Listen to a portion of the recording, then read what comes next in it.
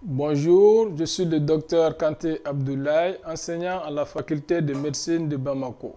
Au cours de cette vidéo, nous allons parler de trois muscles extenseurs des quatre doigts longs.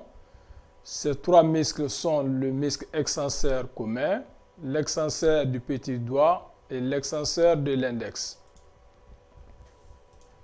L'extension des doigts est un mouvement beaucoup plus complexe que la flexion. Les variations anatomiques des extenseurs sont nombreuses. Leur description et leur mode d'action peuvent varier selon les auteurs.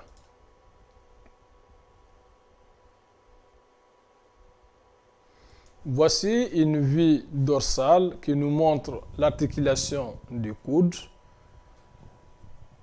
L'extenseur commun et l'extenseur du petit doigt font partie des muscles épicondyliens latéraux. Ils vont s'insérer sur l'épicondyle latéral. L'extenseur commun et l'extenseur du petit doigt ont une insertion supérieure commune qui se fait à travers un tendon sur le tendon des extenseurs et sur des fascias environnants.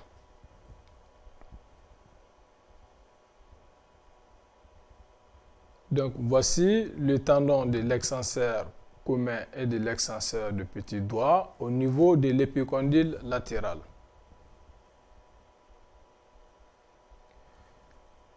L'extenseur commun et l'extenseur du petit doigt sont étroitement accolés dans leur partie proximale. Donc vous voyez que ces deux extenseurs sont étroitement liés au niveau de leur partie supérieure.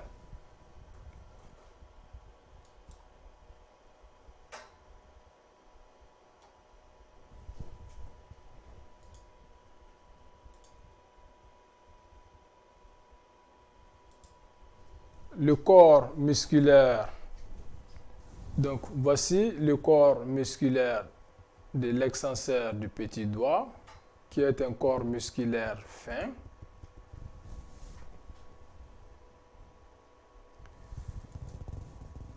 L'extenseur commun et l'extenseur du petit doigt. Donc voici le corps musculaire de l'extenseur commun.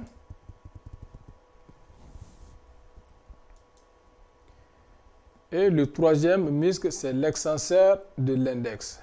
L'extenseur de l'index a une insertion plus basse qui se fait en bas au niveau de la face postérieure de l'ulna et sur la membrane interosseuse.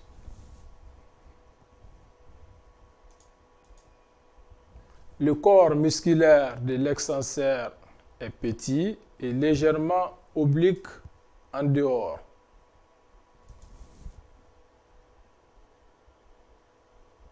Le corps musculaire de l'extenseur est recouvert en partie par l'extenseur propre de l'auriculaire.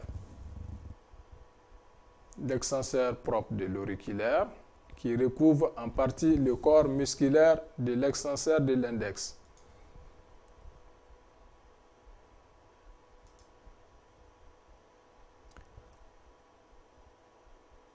Le corps musculaire de l'extenseur de l'index est recouvert en partie par l'extenseur propre de l'auriculaire et par l'extenseur commun en dehors.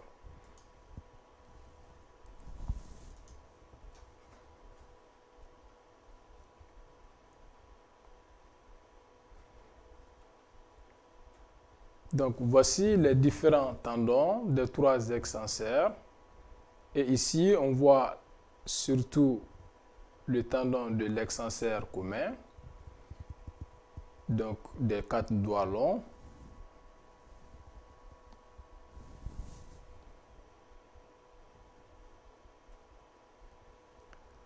L'insertion distale de l'extenseur du petit doigt et de l'extenseur de l'index. Les deux tendons s'unissent à celui de après leur passage sous le rétinaculum des fléchisseurs. Donc après le passage sous la bandelette fibreuse, qui n'est pas visible ici, les deux tendons de l'extenseur du petit doigt et de l'extenseur de l'index vont s'unir pour passer sous le rétinaculum des extenseurs.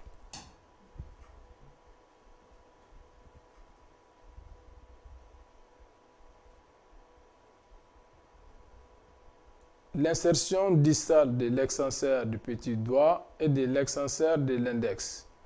Les deux tendons s'unissent à celui de l'extenseur commun après leur passage sous le rétinaculum des fléchisseurs. Donc voici le rétinaculum des fléchisseurs qui apparaît en transparence ici.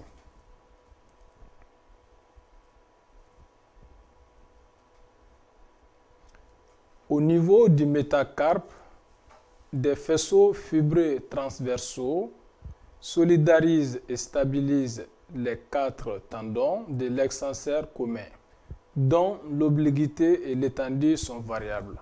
Donc voici les fibres transversaux qui solidarisent les 4 tendons des 4 doigts longs au niveau du métacarpe.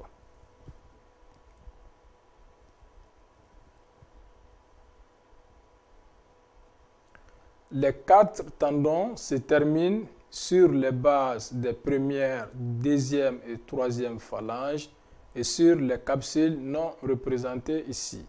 Donc, vous voyez l'insertion distale des 4 tendons qui se fait au niveau de la face dorsale des premières, deuxième et troisième phalanges. Et voici en pointillé les différentes terminaisons des tendons des fléchisseurs. Les 4 tendons se terminent sur les bases des premières,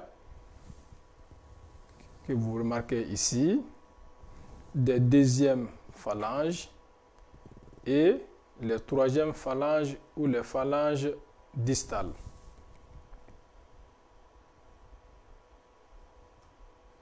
Donc voici la première insertion du tendon des fléchisseurs au niveau de la base des premières phalanges.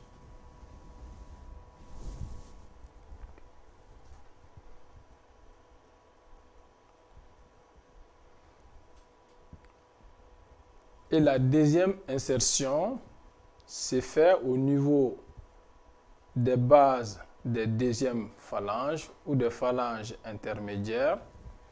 Et vous remarquez que les tendons se divisent en deux pour s'insérer à ce niveau. La troisième insertion, qui est l'insertion la plus distale, se fait au niveau des bases des troisièmes phalanges ou des phalanges distales.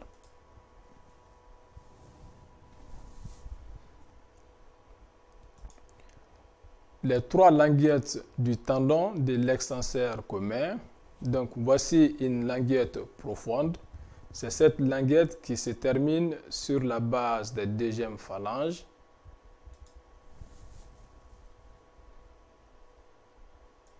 Et 2 languettes latérales. Les 2 languettes latérales se réunissent pour s'insérer sur la base de la troisième phalange.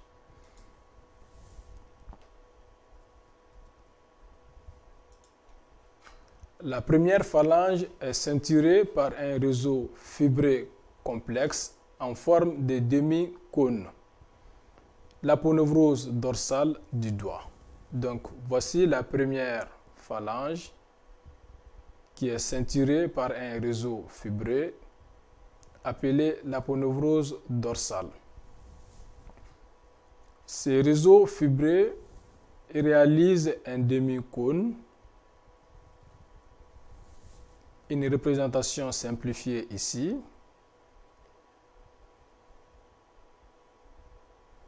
Ces réseaux fibrés constituent l'aponevrose dorsale. Les bords de l'aponevrose dorsale fusionnent avec les tendons de l'extenseur commun.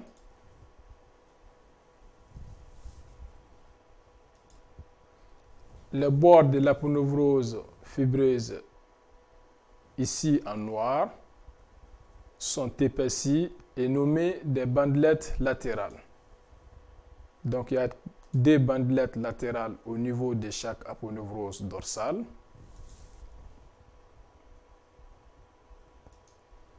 Les bandelettes latérales sont épaissies par des languettes fibreuses issues des tendons, des lombricaux et des interosseux. Donc, vous voyez les tendons des lombricaux.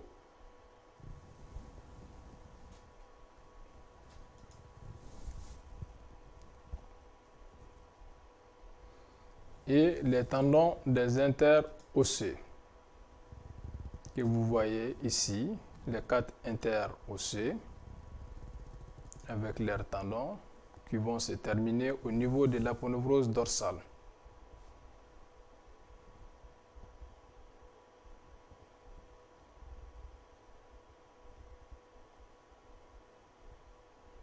Donc voici l'ensemble fibré ensemble, les tendons des interosseux, l'aponevrose dorsale et le tendon de l'extenseur.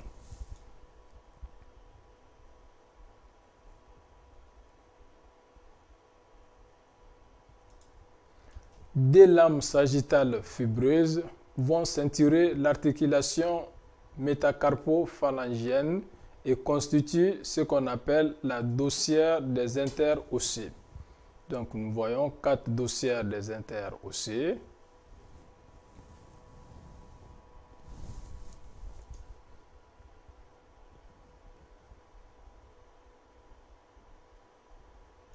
Les fibres de la dossière se tissent avec le tendon de l'extenseur commun et avec les tendons des interosseux. La dossière qui se tisse avec le tendon de l'extenseur commun et avec des interosseux. Donc en vue latérale, pour vous montrer la relation de ces différents tendons par rapport à la dossière.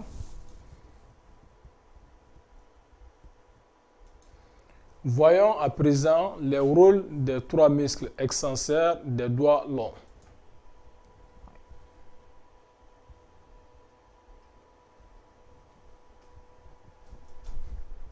Les 3 muscles extenseurs des doigts longs sont principalement des extenseurs de la première phalange en raison de la disposition du réseau fibré. Ces 3 muscles étendent les 2e et 3e phalanges à condition que les fléchisseurs soient décontractés. Donc vous voyez l'action des 3 muscles.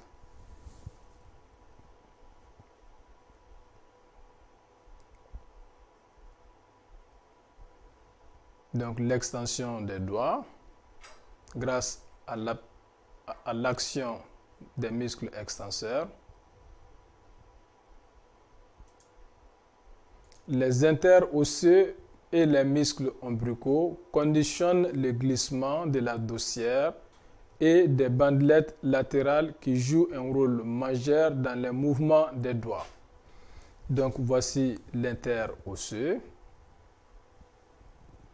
qui va conditionner le glissement de la dossière que vous voyez par là.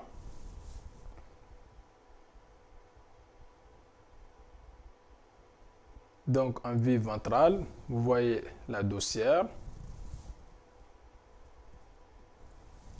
les interosseux avec leurs tendons qui se tissent avec la dossière. Et en vue latérale, les mêmes éléments anatomiques.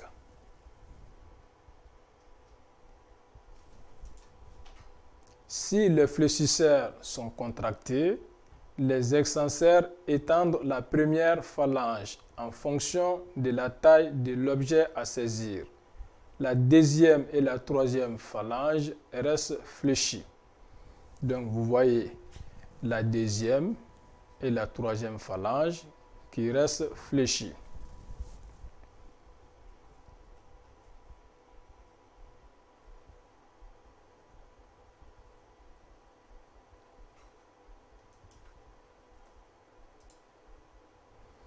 Si la contraction des fléchisseurs cesse, les extenseurs étendent alors la deuxième et la troisième phalange. Donc vous voyez qu'il n'y a plus d'action au niveau des fléchisseurs. En ce moment, la deuxième et la troisième phalange commencent à s'étendre. Ces synergies permettent à chacun des 4 doigts longs de préparer avec précision l'appréhension d'un objet, et cela en fonction de sa taille et de sa forme.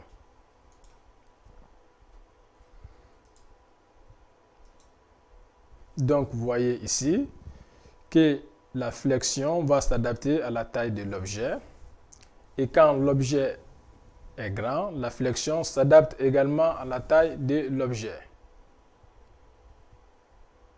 Donc, plus l'objet est grand, plus l'extension s'adapte à la forme de l'objet.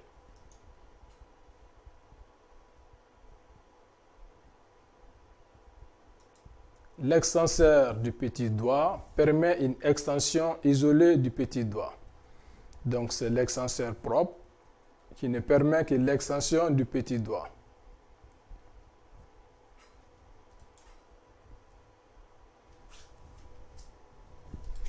Et l'extenseur de l'index permet également une extension isolée de l'index. Donc, voici l'extension isolée de l'index réalisée par l'extenseur de l'index. C'est tout pour cette vidéo. On se donne rendez-vous pour une prochaine. Au revoir et à bientôt.